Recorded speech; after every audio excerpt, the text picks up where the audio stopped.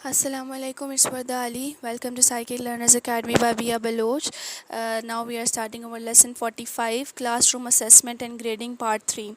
जब हम असेस करते हैं एक स्टूडेंट को या एक टीचर जो है वो अपने स्टूडेंट को असेस करता है तो वो दो टाइप्स ऑफ स्टैंडर्ड्स को फॉलो करता है। ठीक है।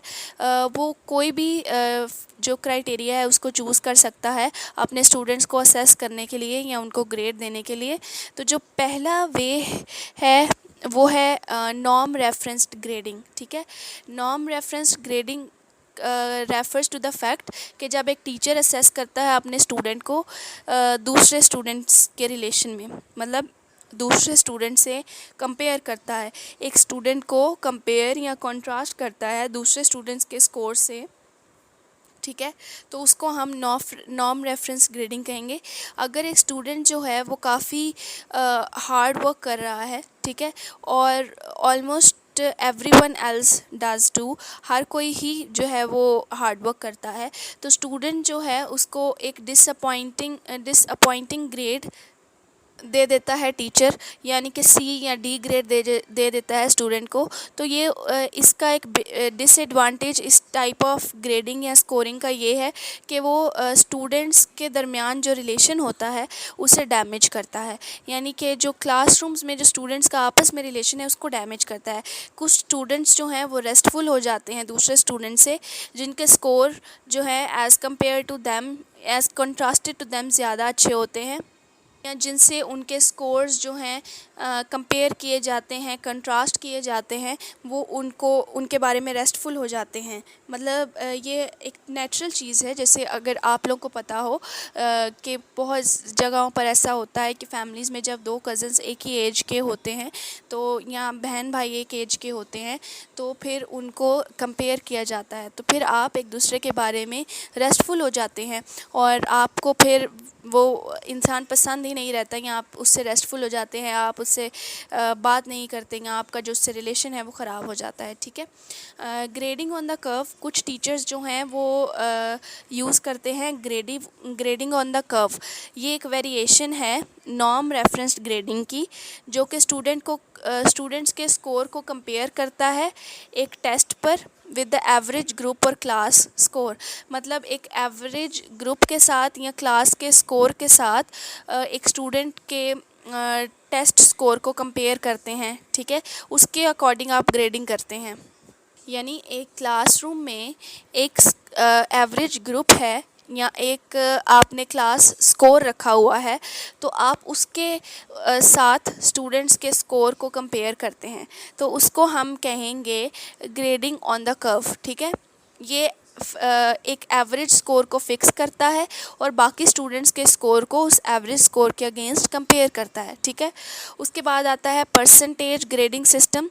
टीचर जो हैं वो ग्रेड्स को असाइन करते हैं कि एक बच्चे के पास कितनी नॉलेज है, कितना मास्टर है वो अपनी उस चीज़ में। ठीक है। और what percentage of total knowledge he और शी अंडरस्टैंड, कितनी परसेंटेज ऑफ नॉलेज जो है वो समझता है, मतलब कितनी नॉलेज उसके पास है और उसमें से कितना परसेंट वो उस नॉलेज को समझता है।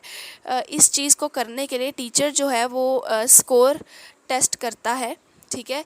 यानी कि and other class work with percentage scores, यानी कि इसको करने के लिए एक टीचर जो है वो टेस्ट लेता है और पूरे क्लास का जो है वो परसेंटेज स्कोर लेता है कि कितना जो है वो करेक्ट हुआ, यानी कि 50% हुआ या 80% हुआ, और फिर एवरेज लेता है उन स्कोर्स की और फिर कोर्स के स्कोर पे रीच करता है।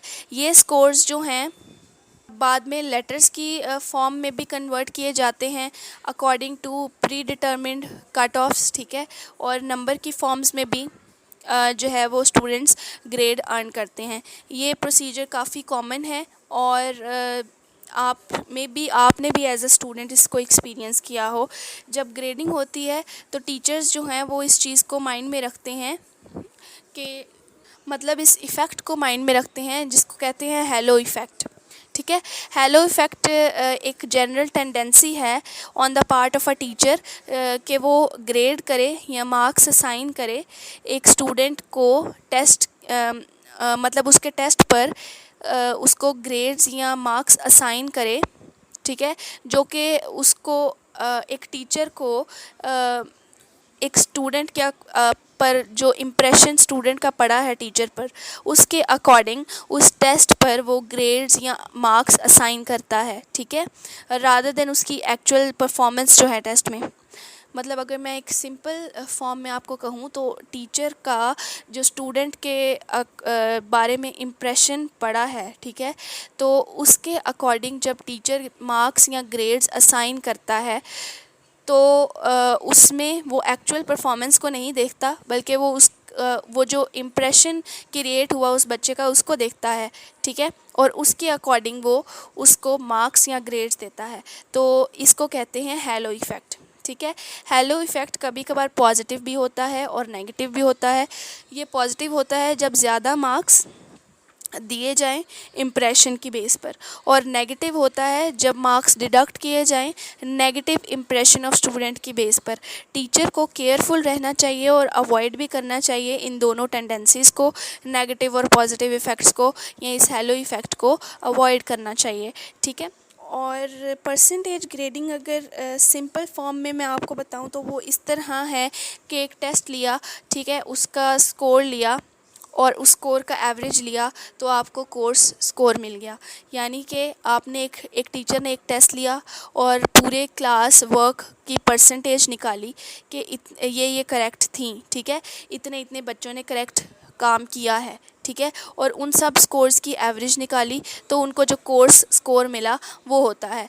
तो जैसे हमने मोस्टली ऐसे ही देखा है कि हमसे टीचर्स टेस्ट लेते हैं, तो देखते हैं कि इतने परसेंट बच्चों ने इतने ग्रेड्स ए ग्रेड लिया है, ठीक है, या जैसे फॉर एग्जांपल 85% बच्चों ने ए ग्रेड लिया है, और फिर वो उन सब स्कोर्स का एवरेज निकालते हैं। और फिर एक दफ़ा जब स्टूडेंट्स को ये ग्रेड्स दे दिए उनको ग्रेड्स दे दिए जाते हैं, तो ये ग्रेड्स फिर पेरेंट्स, टीचर्स और बाकी स्टूडेंट्स तक कन्वे किए जाते हैं, ठीक है।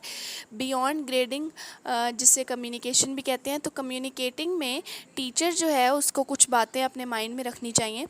यानी कि जो स्टूडेंट की फ़ाइल या जो रिपोर्ट कार्ड है उसको अप्रोप्रिएट रखना चाहिए, रिपोर्ट्स कार्ड को एक्यूरेट रखना चाहिए, रिपोर्ट्स कार्ड को एविडेंस से सपोर्ट किया जाए, ठीक है, मतलब विदाउट एनी एविडेंस जो है रिपोर्ट्स कार्ड ना बनाए जाएं। रिपोर्ट कार्ड्स अप्रोप्रिएट हों, इस तरह के जो रिज़ल्ट है वो कम्युनिकेट किया जाए पेरेंट्स तक कि वो आसानी से समझ सकें। नोट्स को अटैच किया जाए रिपोर्ट्स कार्ड के साथ। फ़ोन कॉल्स जो हैं वो की जाएं जो कि इम्पॉर्टेंट न्यूज़ या व्यूज़ दें पेरेंट्स को या गार्डियंस को, कि ऐसा ना हो कि पेरेंट्स को कुछ पता ही ना हो, ठीक है। और स्टूडेंट्स के पोर्टफोलियो को बनाया जाए उनके पेरेंट्स या उनके गार्डियंस के लिए कि वो देखें। रिज़ल्ट को कन्वे किया जाए थ्रू ओपन हाउसेस, यानी कि रिज़ल्ट कभी भी अवेलेबल हो। और फाइनली स्पेशल केसेस स्कूल में टीचर्स जो हैं वो होम विज़िट भी करें, यानी कि स्टूडेंट के घर भी जाएं, और क्योंकि वो स्टूडेंट एक स्पेशल केस है तो उसकी डिसेबिलिटी के बारे में पेरेंट्स और गार्डियंस जो हैं या टीचर मीटिंग्स करें और वो उनके घर जाएं, ठीक है। कुछ डिसेबिलिटीज़ हो सकती हैं जो पेरेंट्स या गार्डियंस को टीचर्स से मिल ना पा रहे हों, तो टीचर्स जो हैं वो अपने स्टूडेंट्स के घर जाएं, विज़िट करें, ठीक है।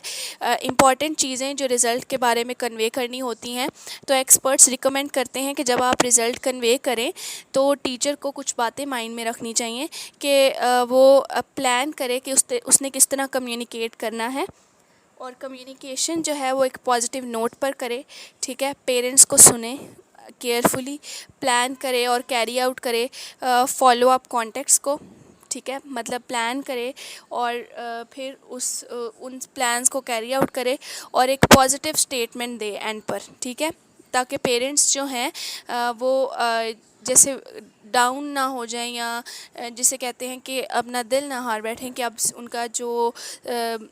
उनका जो चाइल्ड है वो आगे कुछ कर नहीं पाएगा, या इस तरह इफ़ अगर वो फेल हुआ है या इस तरह, तो टीचर जो है वो एक पॉजिटिव स्टेटमेंट एंड पर दे ताकि जो पेरेंट्स हैं वो मोटिवेट हो सकें। अगर जितना टीचर ये सब चीज़ें फॉलो करेगा, रिकमेंडेशंस फॉलो करेगा, उतना हेल्पफुल और सक्सेसफुल वो रहेगा।